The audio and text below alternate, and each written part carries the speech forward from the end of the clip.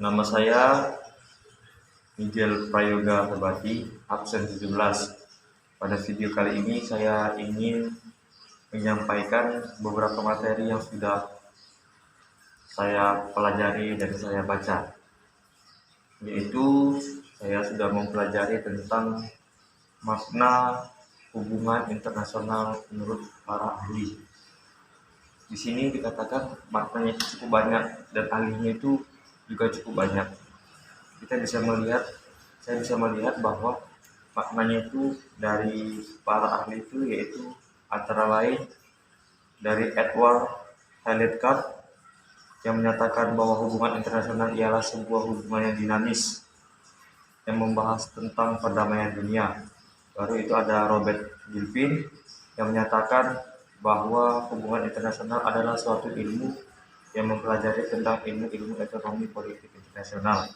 Baru ada John Hertz yang menyatakan bahwa hubungan internasional mengidentifikasi hubungan internasional yang sebagai konsep yang membahas tentang suatu kebijakan luar negeri yang lebih memungkinkan keamanan. Baru ada George Kennan dan juga Harry Kissinger yang masing-masing menyatakan bahwa hubungan internasional ialah lebih membahas kepada prinsip dan tingkah laku dalam sebuah masyarakat sosial dan menyatakan bahwa hubungan internasional ialah kepentingan internasional. Baru saya sudah membaca dari hubungan internasional menurut para ahli, lalu pola hubungan internasional yang dilakukan di Indonesia. Di sini saya berdapat yaitu menurut Muhammad Hatta, dalam melaksanakan politik luar negerinya, maka negara Indonesia melaksanakan secara bebas dan aktif dan memiliki makna yaitu bebas, berarti tidak mengikat dalam hal ini netral terhadap kedua blok, yakni blok barat dan blok timur. Lalu untuk aktif, berarti turut aktif dalam menjaga keamanan atau kedamaian dunia, seperti itu. Baru ada juga faktor-faktor perlunya kerjasama dengan hubungan internasional, yaitu faktor internal yaitu adanya kekhawatiran terancam kelangsungan hidupnya baik melalui kudeta maupun intervensi dari negara lain.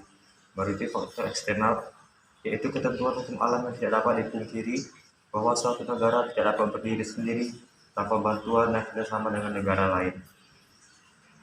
Baru peristiwa-peristiwa bentuk kerjasama yang dikembangkan bangsa Indonesia itu adalah Indonesia sudah menjadi anggota Perserikatan Bangsa-Bangsa yang ke-60 pada tanggal 28 September 1950, meskipun pernah keluar pada tanggal 7 Januari 1965 sebagai bentuk protes atas diterimanya Malaysia itu ke dalam PBB. Namun, pada tanggal 28 September 1966, Indonesia kembali menjadi anggota PBB dan aktif dan tetap menjadi sebagai anggota yang ke-60 hingga saat ini. Lalu itu yang kedua, yang selanjutnya memperkasai penyelenggaraan KAA yaitu Konferensi Asia Afrika pada tahun 1955 yang melahirkan semangat dan solidaritas antara negara Asia dan Afrika yang dilaksanakan di Bandung. Baru keaktifan Indonesia sebagai salah satu pendiri gerakan non-blok atau GNB pada tahun 1961, bahkan tahun 1962 dalam konferensi negara-negara non-blok yang berlangsung di Jakarta, Indonesia pun ditunjuk menjadi ketua GNB pada saat itu. Baru GNB ini secara langsung Indonesia telah terus serta meredakan ketegangan perang dingin antara blok timur dan blok barat.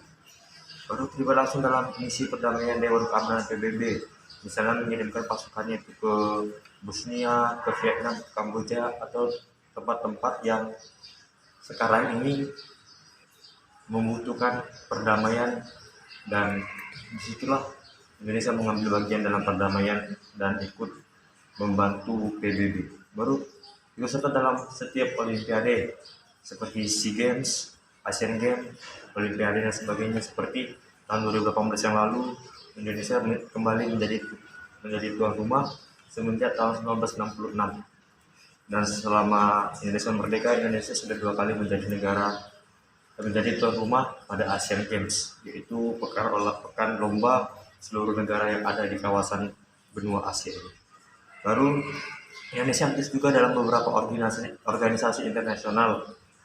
Hal ini dibuktikan dengan tercatatnya Indonesia sebagai anggota Organisasi Konferensi Islam atau OKI, baru Organisasi Negara-Negara Pengekspor Minyak atau OPEC, dan Kerjasama Ekonomi Asia Pasifik atau APEC. Penyelenggaraan hubungan diplomatik dengan berbagai negara yang ditandai dengan pertukaran diplomatik dengan negara bersangkutan, yaitu misalnya Indonesia selalu mengirim duta besarnya ke negara-negara lain, yaitu tentu, dan juga negara-negara lain itu mengirim duta besarnya untuk Indonesia sendiri demi saling menjaga keamanan dan menjaga komunikasi terhadap hubungan internasional seperti itu. Sekian pemahaman materi dari saya, terima kasih.